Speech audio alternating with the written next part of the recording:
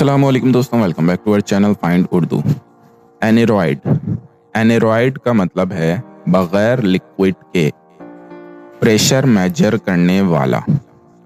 एनेरॉयड का मतलब होता है ऐसा इंस्ट्रूमेंट जो लिक्विड के बगैर प्रेशर मेजर करता है, जैसे एनेरॉयड बैरोमीटर। ये साइंस और वेदर मेजरमेंट में यूज होता है। An aneroid barometer was used to measure air pressure. हवा का प्रेशर नापने के लिए एनेरॉयड बैरोमीटर यूज हुआ। तो दोस्तों, एनेरॉयड का मतलब है बगैर लिक्विड के प्रेशर मेजर करने वाला सिस्टम। उम्मीद है आपको एनेरॉयड का मतलब समझ में आ गया होगा।